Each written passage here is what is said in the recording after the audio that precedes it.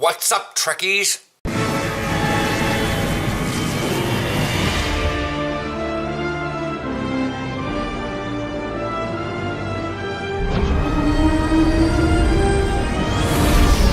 Hi, so we have a news blast today. When it rains, it pours. I'm living in Portland and that says something. Anyway, so I'm going to start out with console because they have the smaller end of things, even though they've got 4 tabs I have open for console, but PC is still bigger. It'll happen. The thing is, it'll happen to console, it's just that I'll reference this video when it happens on console, so. Anyways, so basically, for console, the Arena Sound Pack's back. It says Arena Sound Pack returns for 3 weeks. Now this is fun, although you're gonna have to deal with the fact that people don't know what the hell they're doing on ground, as is pertinent on PC. So starting this Thursday, the 19th, going until November 9th, the Federation Klingon Romulan Republic captains 50 to 60 can queue up for timed or untimed version of the 5-man Arena of Sound Pack. If you did this last time, it's the same thing. There's nothing different, except that there's before it was like a weekend and you had to do 3 of like 5 days or something. And but this one is like 20 of 20, 24, 14 of 21, there we are. But the end thing is if you keep doing it afterwards, you get kind of, and it's a typical 3-week-long event thing. You keep doing it and you'll get 2,000 dilithium, 50 fleet marks, 35 marks of your choice. That's what you do every day if you do it past the event. The big one is 50,000 dilithium, 500 fleet marks, 250 of your choice, and then a new ground weapon, the Sompek Pulse Wave, which is in my inventory, but Arc is down till like noon. So for the next 3 hours. I can't log in and give you the stats. But you should be able to get the stats for it on Star Trek Wiki. So I'll have a link to that below. Just to give you a heads up, you might have people that are what I call they're the bare minimum. They're minimum wage players. To get rewards, you have to get to round 4. So at round 4, you'll get 13 marks, 600 dilithium, and 1 normal material, and thus then you'll qualify for your thing. 4 rounds is like easy to do, but most people just like round 4, and then they die, and then they stay dead. I'm just putting that out there. You're gonna have people that do that because they're lazy. And the Arena Sound Pack, which is ground combat, epitomizes people being their laziness. I mean, you think it's bad in space, especially in like the Mirror Universe event, but the Arena Sound Pack is worse. But I've complained about that one before. Usually about 20 rounds is what a typical pug group can do pretty easily. And that's like 44 marks, 2100 dilithium, and 1 normal and 2 elite R&D materials. So that's a bonus, that's fun. They're holding a Sompek contest. Gather a team and venture into the untimed version of Arena Sound Pack, fight and win as long as you can. When the last moments have come and the arena has bested you, take a screenshot using Xbox One or PS4's screenshot tools. Make sure it's showing the full UI, including the names of your teammates and the number of rounds you completed. Send that screenshot along with the gamer tags or PSN IDs of your teammates to ambassadorkale@gmail.com. Link below in case you need to get that idea, but I have it right here. With the subject line, Champions of Sound Pack. The top scoring team will win a Krenim Science Vessel and the title Champion of Sound Pack for each member of the team. The second place scoring team will get a Jem'Hadar attack ship for each member of the team. And third place will win a red matter capacitor for each member of their team. So you get space rewards for doing ground. Benefit. Not sure we actually had this on PC. Probably would be a good idea if we had it on PC. Might actually get people to try! At least in the pug version. They try a little bit more. So also you guys are getting Beyond the Nexus. Pretty cool episode. Kind of got some weird ishness going on about it. I thought we were having like weird like Davidian thing going on, but it's strange. It just basically introduces more LaForge, and that's fun. And you get a fairly decent like couple 3 things. But Beyond the Nexus is coming in. The Nexus, you're over in the Alpha Quadrant, blah, blah, blah, blah, blah, blah. I'm not going to get into spoilers. There's no spoilers. I just thought, yeah, there's something. You're basically running around on the Enterprise D with like the transporter room and all the stuff you remember from the Next Generation. All that stuff's there. The bridge, the engineering, 10 forward. Spoilers.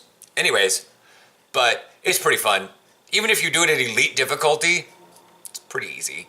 At least for science, because everything's like in corridors, so you set up fire and it's like, oh, everything's burning all over the place. You don't have room to run around like an arena sound pack. Console notes, 10/17/17, that's today. Weekend event store. Weekend event voucher per day. To access the store, either double click the voucher from the inventory. Oh, okay. Gold Press Platinum rewards for your Ferengi Admiralty have been reduced by 80%. That finally hit you guys. C is now with GPL. Any of the GPL that you lost is now replaced with energy credits. Temporary ships, such as the Obelisk, the one that you get in the mission, no longer have vanity equipment slots. Resolved an issue where frequency remodulators could not always be equipped if the device slots were full. I see how that's. So that's what's going on with you guys. I mean, Sompic's fun if you're not like too angsty and deal with the fact that you've got a lot of dumb people. So, moving on to PC, and oh my god. As I stated before when we talked about Miracle Worker, that they're gonna have to, that then they brought out the new thing with the ships, and I was like, these only have like Lieutenant and Lieutenant Commander. There's nothing with a Commander Miracle Worker. Like what you know, and it obviously it gave people time to get used to using Miracle Worker, but now we have the bundle. Not just a bundle, a mega bundle. Mega bundle means 3x3, 9 ships. Bundles are like 3 ships, 1 for each faction. This is 1 for each faction, 1 for each profession. So you have like a Klingon science miracle worker ship, a Romulan engineering. Trust me, there's a lot of ships here. There's not enough time I can go over all of them. They're cool looking, like the Miracle Worker Federation has 4 nacelles, but it's like fat in the back. They're not just like, and then the nacelles stick off like that. It's like, yeah, it's the Klingon one. Oh boy, like they're pretty cool looking. Even the Klingon one looks like it has 4 nacelles, but it doesn't. It's kind of a Bortos. And then the Romulan one looks like a Delon, where it kind of brings out and then has the little things that scoop down. So the stats are out, so benefit here. However, we need to go over the content, because these are like new ships. These are a totally new playstyle ship. So, additional base subsystem bonuses. While nearly all tier 6 ships come with a total of plus 20 subsystem power these days, so like Science would have plus 15 aux, plus 5 shield, for instance. See how that's plus 20? Escorts, plus 15 weapons, plus 5 engines. Cruisers, plus 5 all. Miracle Worker ships will have a total of plus 30 power spread across all 4 subsystems. They have advances in slipstream technology allow these vessels to travel faster for longer while at transwarp speeds in sector space. That just means they have a bonus to slipstream. Not necessarily to... It says sector space travel. I'll have to see when I get into the stats what that actually... Universal console slot. All Miracle Worker vessels can be fitted with a versatile console equipment slot, which can hold any engineering, tactical, science tactical, or universal console.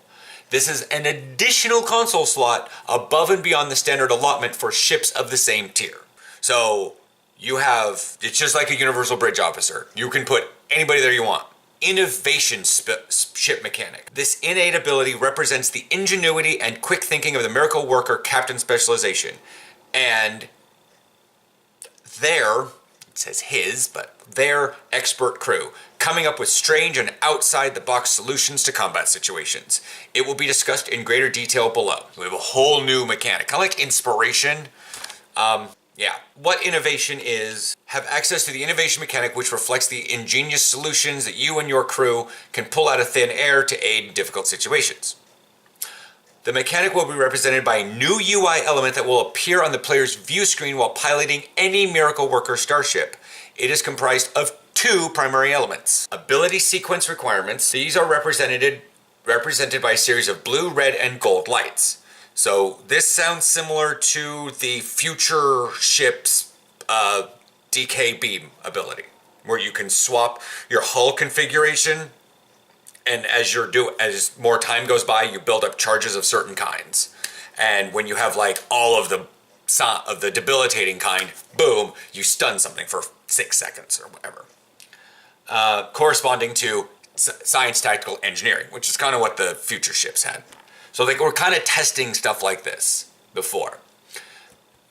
This informs the player which profession's bridge officer abilities need to be used in order to trigger the innovation effect.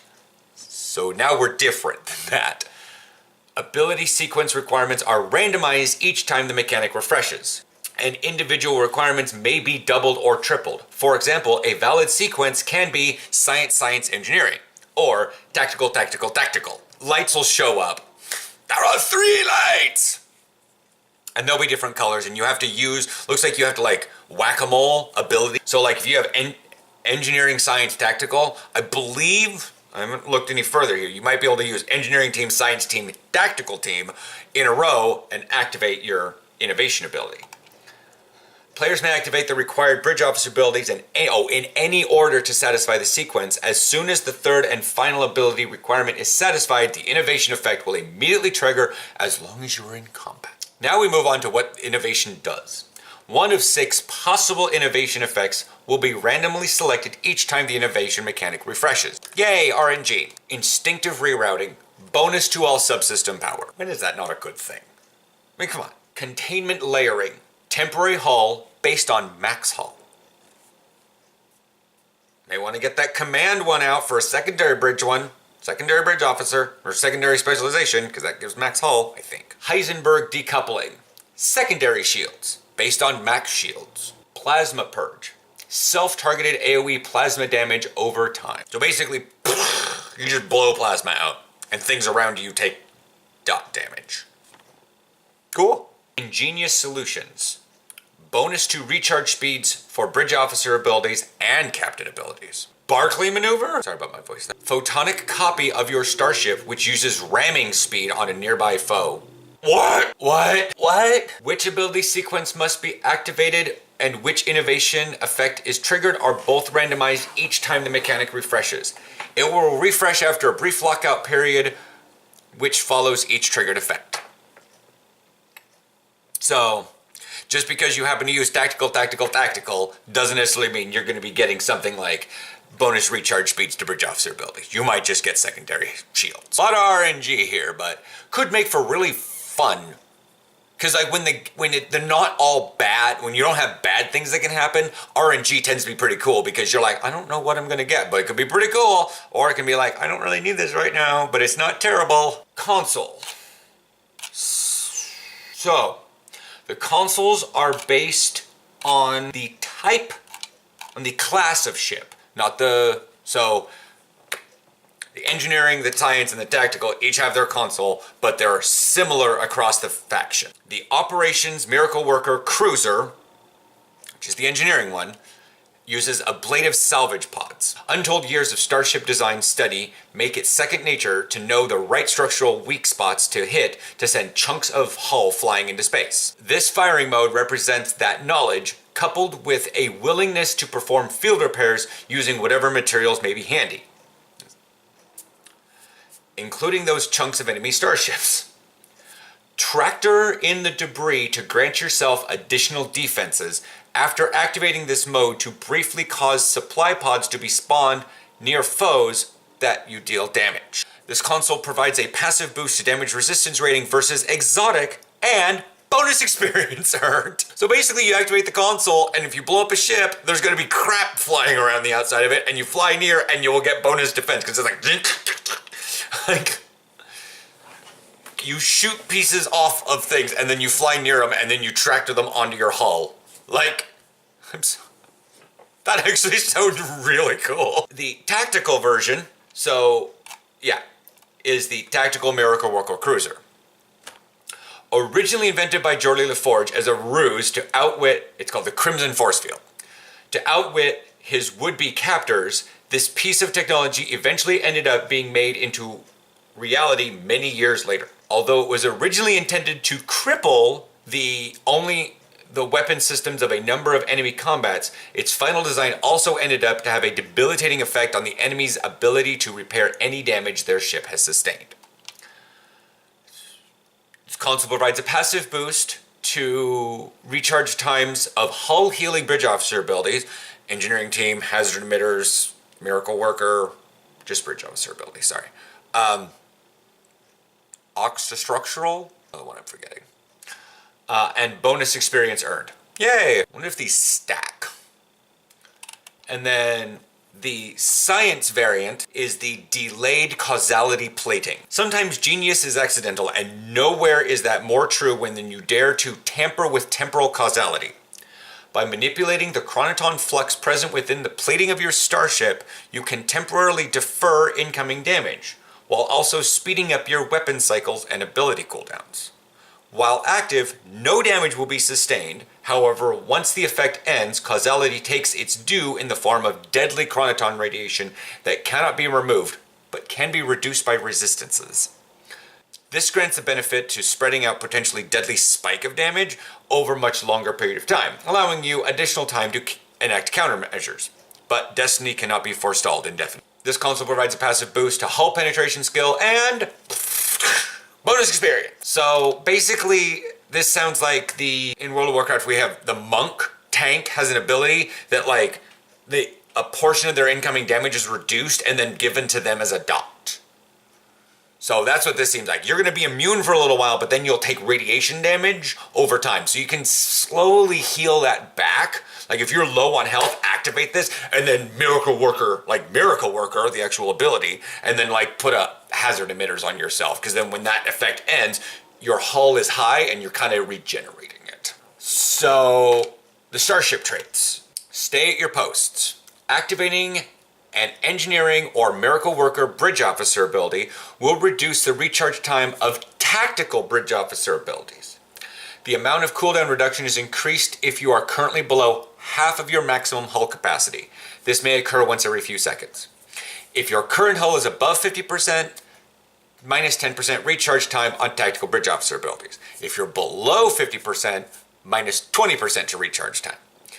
Can occur once every 5 seconds. That's for the engineering class. That's the engineering ships. Tactical ones, while beam fire at will is active, any damage that your starship receives will periodically extend its duration. That's the tactical one. Basically, once per second, while beam fire at will is active, any damage grants 0.33 second duration increase to fire at will, 15 seconds total maximum duration. So if you're getting hit by a lot of things, that's cool. Then the photonic boarding party